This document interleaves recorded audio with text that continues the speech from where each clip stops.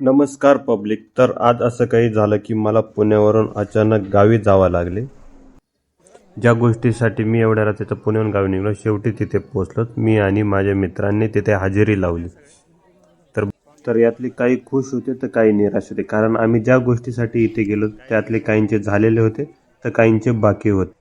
आम्ही सगळे एकत्र आलो होतो कारण आमच्या जिवलग मित्राचा म्हणजेच पवन भैयाचा साखरपुडा होता.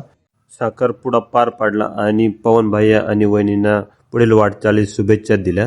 शुभेच्छा देऊन आम्ही आमच्या मेन कामाकडे वळालो. साखरपुडा संपलाय आणि हा भाऊ जेवायला बसलाय बघा कसा खातोय. त्यानंतर आहे हे दोघं पण लग्नाचे राहिलेले पण खातात. बघ खातात. आम्ही कोणाचं वाईट केलं? हा पुढचा एक तर लय डेंजर आहे, याचं तर होणारच नाही. हे याचं नाही होणार. मी काय पाप नाही केलं, माझं व्हायचे चान्सेस जास्त. याचे चान्सेस आहे म्हणताय. त्यानंतर हे दोघं जण राहिले इकडे. एक तर याचं तर झालंय पण हे पुढचा आहे तर राहिलाय अजून लग्नाचा. हा होईल का या वर्षी बघ.